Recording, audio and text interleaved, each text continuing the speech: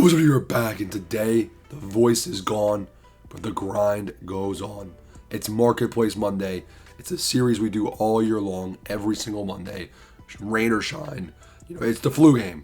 Let's get into the video. I'm going to make all of you tons and tons of stubs. Please smash the like and subscribe button. Respect the support. Join the membership link below. Really helps out. And join the Discord. 3,000 people. Today, first thing I wanted to mention. In collections, people don't know this. Starter collections. You go in here. I know it's not the market, but you'll get 1,000, probably 5, maybe a couple. You're going to get a couple thousand stubs from doing these collections, ladies and gentlemen. You can see they're all very, very simple. You'll get a show pack. You'll get stubs. There's some of them that collect pictures. Like you get 1,000 stubs just by doing this, 15 pictures. Very, very simple. So make sure you do that first. Now we go to the marketplace. In the marketplace, a couple of things to talk about. Again, early access is over come Tuesday at midnight, right? Monday at midnight, really. What does that mean? Well, everyone's going to get their now and later packs. Going to be a huge supply of cards into the marketplace. Bunch of prices will drop. Live series, a lot of people predict live series prices will go into the gutter and drop a lot due to the influx of packs. Okay, that's fine. So how can we play? What do you do? I mean, what does that mean? I mean, sell everything now before the drop. I also think that, if you're going to do live series and you have a bunch of stubs from some of the earlier stub making methods, if you can finish live series, go ahead. Maybe you buy some of the more expensive cards, but I really think it's better to put your stubs into actual investing. Get over the amount you need. Don't worry about live series right now, guys. That's basically what I'm saying. Unless you already have enough for the collection, then don't all at once. Then I wouldn't worry about the live series prices dropping. The one thing I will say, there is a card series that can go up in price. We're looking at guys that are like the bosses, the 85 overall, not the bosses, the digital deluxe edition rewards. So guys like Clayton Kershaw, here they are, Derek Jeter, David Wright, Joe Mauer, Clayton Kershaw. They have a chance to go up in price. All of these cards that were free to the early edition. The reason being, if you get the game and you don't have these cards, you're going to want them. People are going to be wanting to use Derek Jeter, David Wright, Joe Mauer. They're going to want to see, are these guys any good? So their price could go up. The problem with investing in these guys, though, is that for some reason, their quick sell value is only 1,500 stubs. So the risk is very, very high. Personally, I don't think the risk is worth the reward. Now, you might be thinking otherwise, and that is fine for you. You can go ahead and figure out, maybe you think that they're going to go up to 12K. You can invest if you want. Not an investment for me. What have I been doing right now to be making stubs?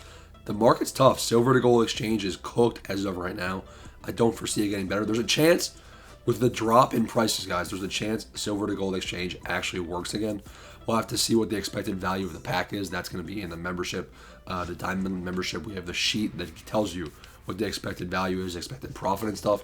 But if we look at the live series prices, right, the silvers are not at quick sell. They're not because of silver to gold exchange. When people get this game on Tuesday, I honestly expect these silvers to drop in price a lot. The prices are going to plummet on some of these silvers, and I think that it's going to be a good chance to invest, good chance to flip, silver to gold exchange, all that stuff. So keep an eye out for that this week.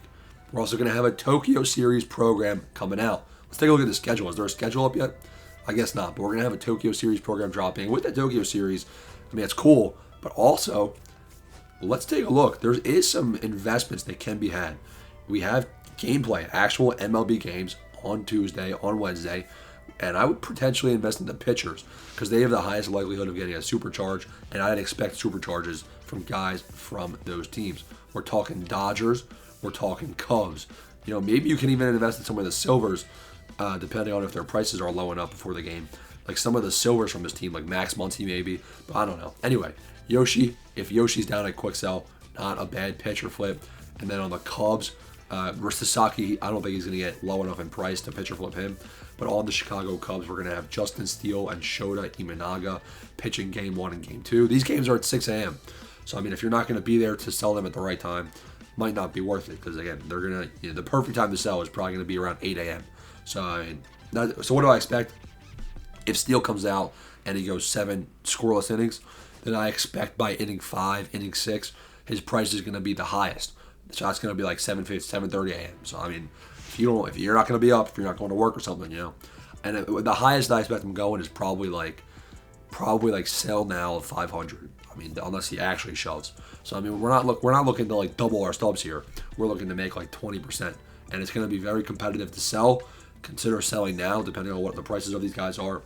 And honestly, Justin Steele and Shota are going against the best lineup in the league. So I mean, it is a tall task for them. And the final really thing I wanted to cover, I wanted to take a look at some of the other things, right? So looking at the market, a lot of people are asking, flipping. How is flipping going? Honestly, I'm not a big fan of flipping. I don't do flipping a lot. But what I will say is you have to look for a filter that works. On the companion app, you can go in there and see what cards are moving by looking at the completed orders section. So that's a good way to see how many orders are actually being sold and bought of these guys. But look, the margins as of right now are very, very tight. Like there's not too many guys that are coming here. Okay, I'm not too sure. This might be a stub transfer, ladies and gentlemen.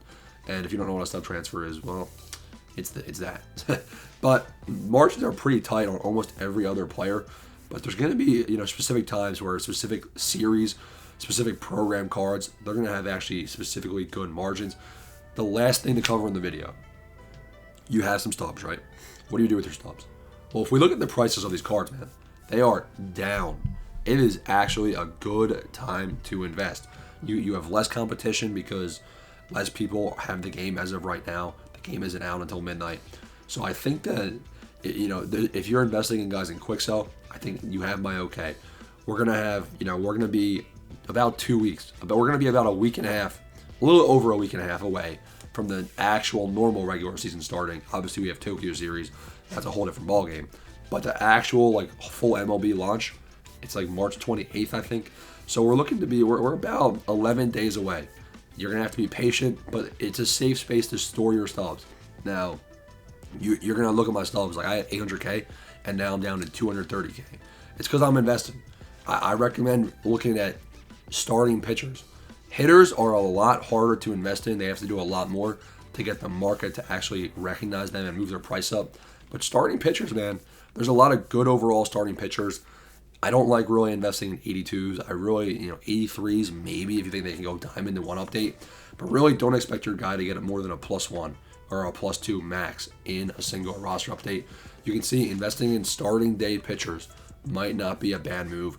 And also, depending on the hitter, depending on the overall, there might be some guys that you can target. That is Marketplace Monday #1. I probably went a little bit longer, man, but my voice is gone.